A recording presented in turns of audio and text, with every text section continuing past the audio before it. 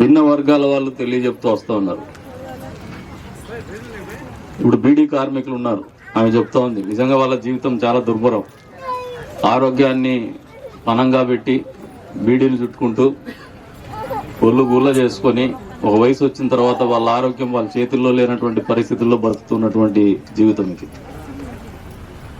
Pensions అనేది కానీ ప్రభుత్వ సహకారం కానీ పెన్షన్స్ అనేది మీరు ఎక్స్పెక్ట్ వాళ్ళు ఊహిస్తూ ఉండేది ఏమంటే బీడీ కార్మికులకు ప్రత్యేకంగా ఇవ్వాలని.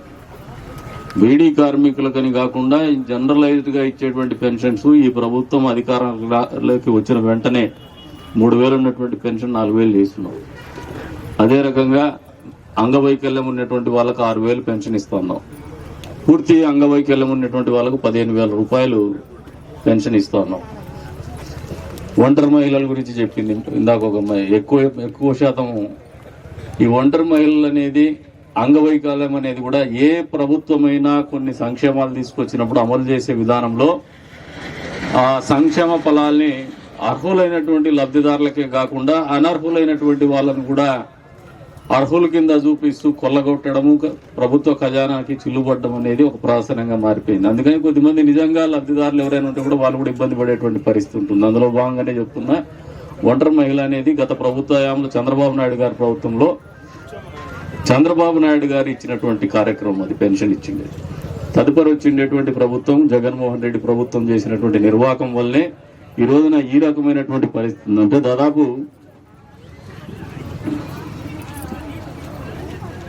4,440 ఫ్లాట్స్ ఉన్నాయి. హౌసెస్ 3,251 హౌసెస్ శాంక్షన్ ఇచ్చున్నారు. దీంట్లో నాట్ స్టార్టెడ్ 1,101 ఉంది. 101 11 బిలో బేస్మెంట్ లెవెల్ 954 ఉంది. వితౌట్ ఎనీ ఎక్స్పెండిచర్ అంటే 5,000 రూపాయలు డబ్బులు తీసుకొని క్లీన్ చేసింది. ఈ 954 అనేది దీంట్లో దాదాపు 80% ఒక స్కామ్ ఉంటుంది. దీంట్లో అధికారులు, మా నాయకులు, ఇంకా కొద్దిమంది మీలో ఉండేవాళ్ళు కలిసి ఒక ముఠాగా ఏర్పడి దీన్ని పెట్టుకుంటారు. 5,000 రూపాయలు కొట్టేసింటారు. అది మా వాళ్ళ దగ్గరే పట్టాలు ఉంటాయి, లేదంటే మీ వాళ్ళ దగ్గరైనా పట్టాలు ఉంటాయి. అంటే ఇల్లు ఉండే వాళ్ళకి లేదా డబ్బులు ఉండే వాళ్ళకి, రాజకీయాల్లో సంబంధం ఉండే వాళ్ళకే ఉంటాయి. అవి నిజమైనటువంటి పేదలకు ఉండదు. దీన్ని తీవ్రంగా పరిగణించమని చెప్పేసి అధికారులు కూడా తెలియజేస్తుందా. 994 పట్టాలంటే నిజమైనటువంటి కుటుంబాలు 994 కుటుంబాలు బతికేటువంటి కార్యక్రమం, అది వాళ్ళకి నీడనిచ్చేటువంటి కార్యక్రమం.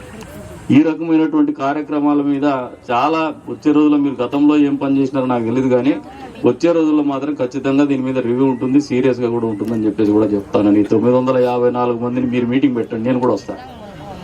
ఆ లబ్ధిదారులు ఎవరో తేలిపోయి ప్రెస్ను పిలిచండి, ప్రెస్ను కూడా పిలిచండి. అందరి సమక్షంలోని ఈ సంఖ్యను తేలిపోవాలి. ఎందుకంటే 954 మందిని మనం ఇంతవరకు 5,000 రూపాయలు డబ్బులు ఇచ్చి ఇంటర్వ్యూల మాదిరిగా అడకం పెట్టి పంపిస్తామంటే మంచిది కాదు. ఇది రానప్పుడు క్యాన్సిల్ చేస్తారులేమ్మా. యాబ్సెంటీస్కి కూడా 15 రోజులు టైం పెట్టండి. ఈ 994 మందికి నోటీస్ ఇవ్వండి. వర్క్ స్టార్ట్ కాలేదనుకోండి, వాళ్ళు 16వ రోజున 18వ రోజున మీరు మీటింగ్ పిలవండి, వాళ్ళకి అఫిషియల్గా నోటీసులు ఇవ్వండి. మీరు మొదలు పెట్టలేదని చెప్పేసి ఆ మీటింగ్ పిలిపించండి. హాజరైనటువంటి వాళ్ళని నిజమైనటువంటి కారణాలు ఉంటే వాళ్ళకి మద్దతు పలుకుదాం, లేదంటే క్యాన్సిల్ చేసేసేయండి.